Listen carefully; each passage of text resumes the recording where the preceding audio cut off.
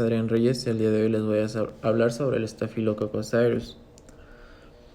Dentro de lo que les voy a hablar durante la presentación va a ser generalidades del patógeno, factores de patogenicidad, transmisión, cuadro clínico, complicaciones, diagnóstico, tratamiento y la epidemiología en México.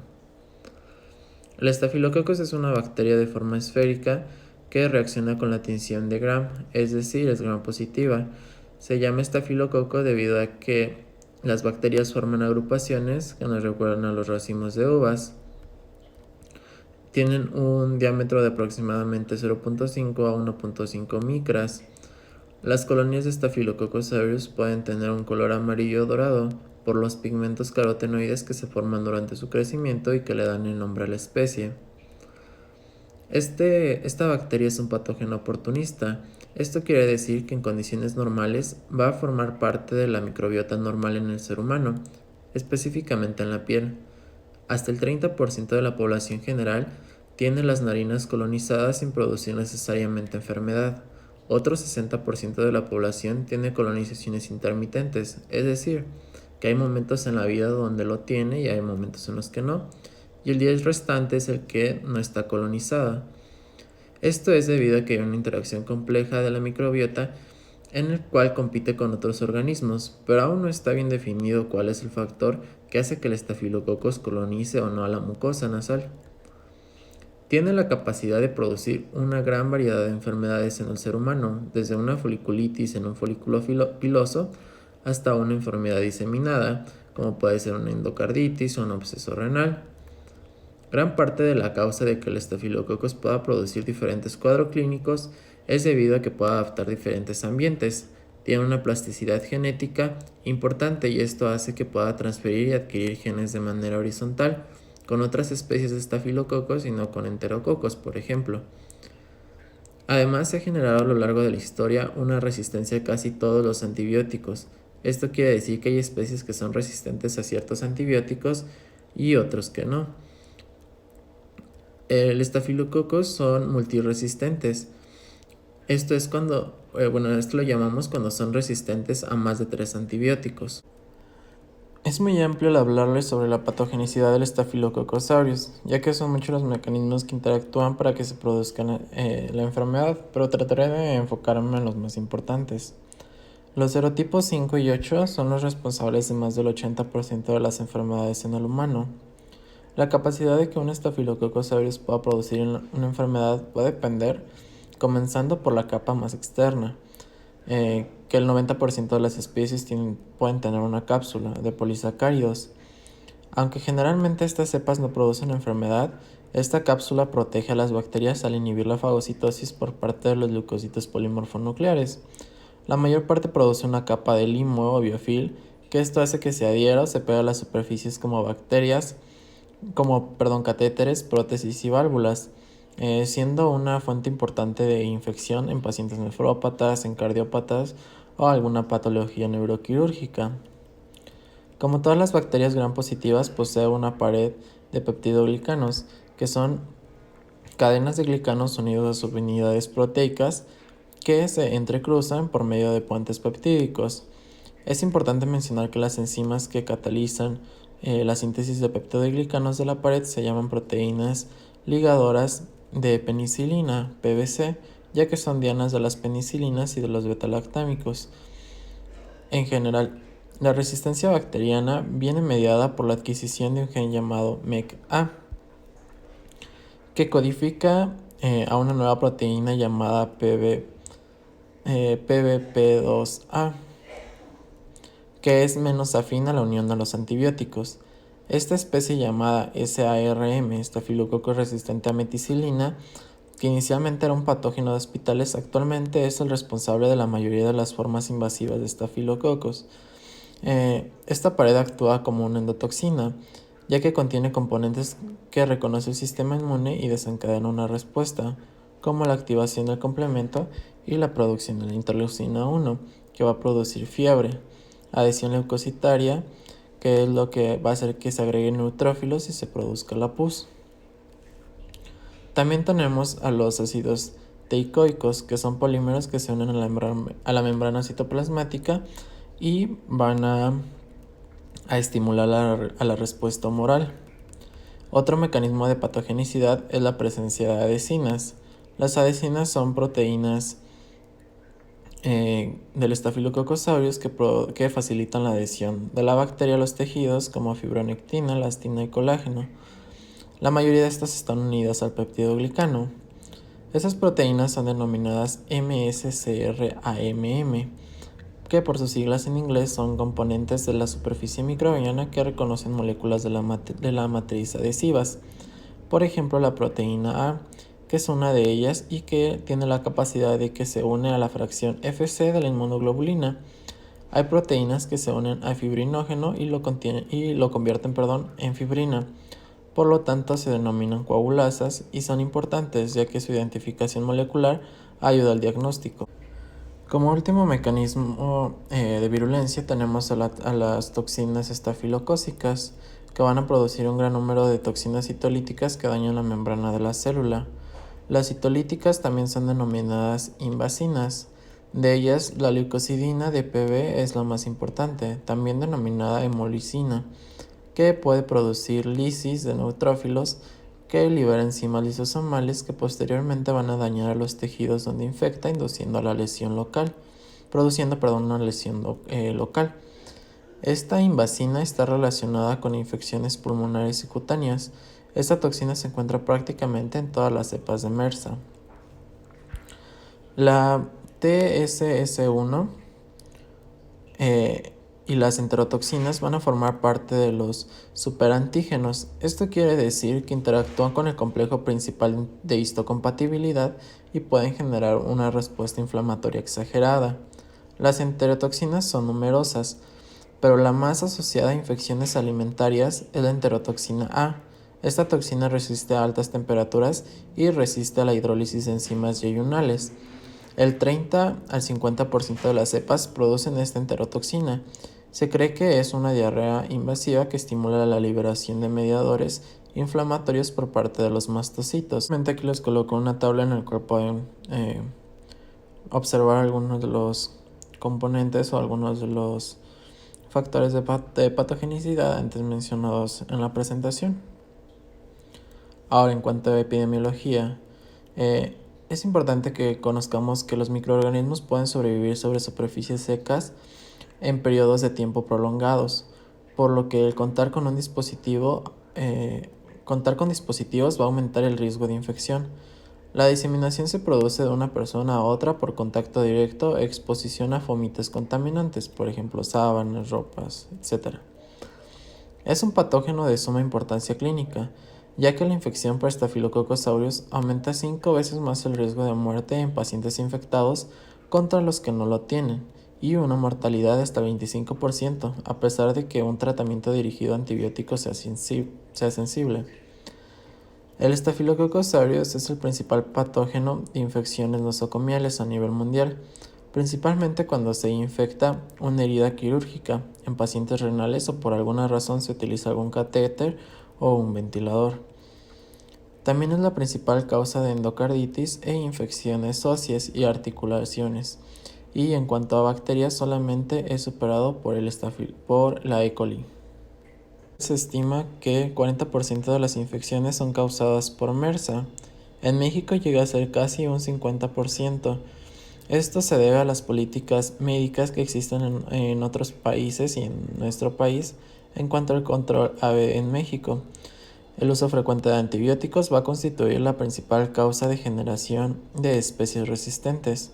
Esto tiene un gran impacto a nivel social, ya que las especies aumentan y aumenta la mortalidad y los costos de hospitalización en los pacientes. Y pues ahora se le debe usar un medicamento, un antibiótico de amplio espectro para poder erradicar esta bacteria. Ahora les voy a hablar sobre las enfermedades clínicas por toxinas. El Staphylococcus aureus causa la enfermedad a través de las toxinas o por invasión directa a la destrucción del tejido. Por ejemplo, la intoxicación alimentaria solo es mediada por toxinas, mientras que, por ejemplo, la osteomielitis, infecciones cutáneas, neumonía, artritis séptica o endocarditis es producida por la formación de abscesos y la destrucción tisular. Primero, la más común son las infecciones cutáneas causadas por la presencia de la toxina B. La infección de Ritter se caracteriza por el inicio brusco de eritema peribucal que se convierte generalizado en un periodo de 2 días. La fricción sobre la piel va a ocasionar que se desprenda, lo que nos va a dar un Nikolsky positivo, y después se forman ampollas o vesículas. Estas vesículas tienen un contenido transudativo. El epitelio va a recuperar su estructura en un periodo de 7 a 10 días y no va a dejar cicatriz, ya que solo va a afectar la capa superior del epidermis, y es una enfermedad fundamentalmente en neonatos y niños pequeños. El impétigo ampolloso es una forma localizada del síndrome de la piel escamosa. Esta enfermedad es localizada y afecta a menos del 10% de la piel, y las ampollas tienen un cultivo positivo para estafilococos y hay un Nikolsky negativo. Ahora les voy a hablar sobre la intoxicación alimentaria. Es más una intoxicación que una infección gastrointestinal por Staphylococcus aureus, ya que muchas veces las bacterias están muertas cuando las consumimos, debido a que son termolabios formadas, no lo sino medidas de soporte. Los alimentos con mayor frecuencia que se contaminan son carnes procesadas como jamón, salchichas y los helados. Así como el inicio de la infección es abrupto, la resolución también lo es, y se va a curar en un torno a las 24 horas. Ahora tenemos al síndrome de shock tóxico, que se va a tratar de un síndrome multisistémico mediado por la producción de la toxina TSST1, y la enfermedad inicialmente se describió en mujeres que usaban tampones, ya que estas cepas pueden multiplicarse rápidamente ahí y liberar la toxina. Posteriormente la toxina se va a liberar a la sangre y aparece de forma brusca, produciendo fiebre, hipotensión, exantema eritematoso, macular y afectando múltiples órganos. En esta la piel se va a descamar, puede producir una púrpura fulminante y se va a caracterizar precisamente por lesiones purpúricas y coagulación intravascular diseminada. Ahora les voy a hablar sobre las infecciones supurativas.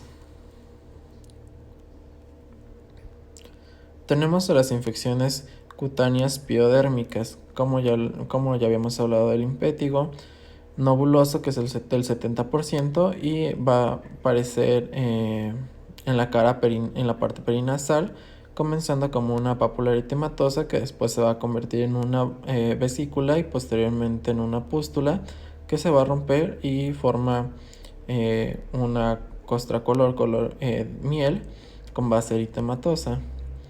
También tenemos a los forúnculos, que va a ser un nódulo inflamatorio profundo que se desarrolla alrededor del folículo piloso, que se va a tornar rojo y va a ser doloroso.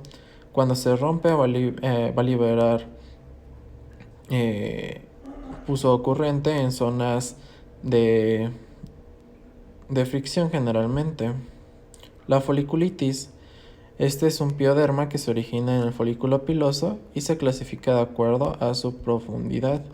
Y el anthrax, finalmente, que también llamado carbunco, es una foliculitis más profunda, comúnmente infiltrante, y que va a ocurrir cuando la supuración ocurre en sitios de piel gruesa, y se va a presentar como una lesión sumamente dolorosa, eritematosa y con múltiples pústulas que pueden dejar cicatriz. Ahora, para el diagnóstico. No en todas las ocasiones está indicada la realización de muestras de laboratorio para realizar un diagnóstico por Staphylococcus aureus, ya que en formas supurativas Muchas veces es clínica y solo se hace cuando el paciente no responde al tratamiento de primera línea. Por ejemplo, en una intoxicación alimentaria no lo es necesario, ya que es limitante y no cambiará el tratamiento, la identificación o no del organismo. Esto tiene importancia en las infecciones diseminadas, pero no en las locales. El estafilococcus no se identifica dorado o en racimos, como se ve en el cultivo. En las muestras tomadas de un absceso se van a observar cocos gram positivos, en ocasiones van a estar aislados, y no se debe tomar en tejidos necróticos, ya que no tendrá organismos, pero sí se harán en zonas purulentas.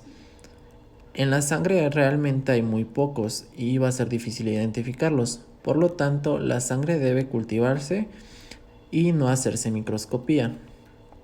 Existen kits desechables para realizar PCR en tiempo real que identifican al gen que codifica MECA. La realización de anticuerpos es poco rentable y sensible y costosa, por lo que no se usa de rutina para el paciente, para el diagnóstico. Solo se reserva para protocolos de investigación, ya que no se tiene una utilidad clínica. En el caso de los cultivos, una vez que se identifica el organismo, se deben hacer hemocultivos seriados hasta la negativización de estos para saber que el paciente respondió al tratamiento. La presencia de un hemocultivo positivo es indicación para realizar ecocardiograma en todos los pacientes por el alto riesgo de endocarditis, ya sea por transtorácico o transesofágico. Bien, ahora vamos a hablar del tratamiento. En un inicio los estafilococos eran sensibles a la penicilina. Actualmente menos del 10% de las cepas lo son, debido a que han desarrollado resistencia. Esto causado por la adquisición del gen que sintetiza una beta-lactamasa que destruye la penicilina. Posteriormente se desarrollaron penicilinas semisintéticas, de las cuales el prototipo para el estafilococos es la meticilina, pero también desarrolló resistencia por el gen MECA, como ya mencionamos. Por lo tanto, está justificado que cuando es necesario dar antibióticos se den los que son sensibles a MRSA. Por tanto, son resistentes todos los beta-lactámicos, por ejemplo, penicilina, cefalosporinos y carbapenémicos. Hay que saber distinguir entre los pacientes que se presentan con un MRSA adquirida en la comunidad e intrahospitalaria. Los primeros no tienen los factores de riesgos clásicos que ya mencionamos. Tienen leucocidina de PB y generalmente se manifiesta de forma clínica como una infección de tejidos blandos o piodermas, y no muestran tanta resistencia a otros antibióticos que no sean los betalactámicos. Si bien la vancomicina es el mejor antibiótico para el MRSA, no debe usarse de primera línea debido a que es una vez de muy amplio espectro, un antibiótico de muy amplio espectro, y hay otras opciones terapéuticas. A menos que se presente como una endocarditis o choque séptico, estaría indicado este medicamento.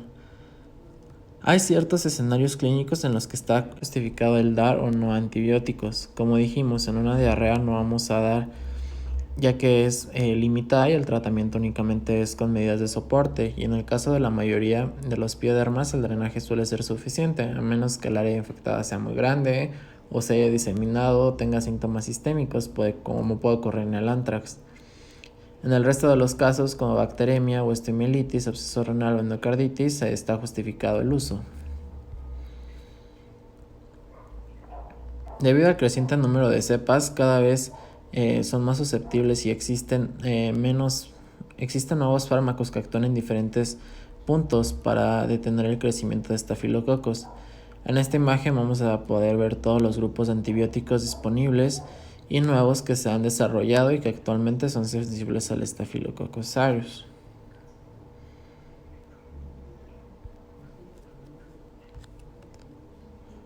Como mencionamos, no es justificado el iniciar con vancomicina, a menos que sea una bacteremia, si es de primera elección. Pero existen otros fármacos que al menos en registros de Latinoamérica son sensibles al Staphylococcus en la actualidad, que son los que les señalo con estos recuadros morados. entre los que destacamos y son más usados a las tetraciclinas de acción prolongada, como la dixoxiclina o la monociclina o la clindamicina o linezolida. Finalmente, como puntos clave o que debemos de tomar en cuenta o enfocarnos, es que las infecciones son precedidas por colonizaciones nasales. Son un germen con gran diversidad en mecanismos de virulencia. Es la primera causa de infecciones nosocomiales y cada vez más relevantes en infecciones comunitarias. Y las especies mersas son un problema de salud pública.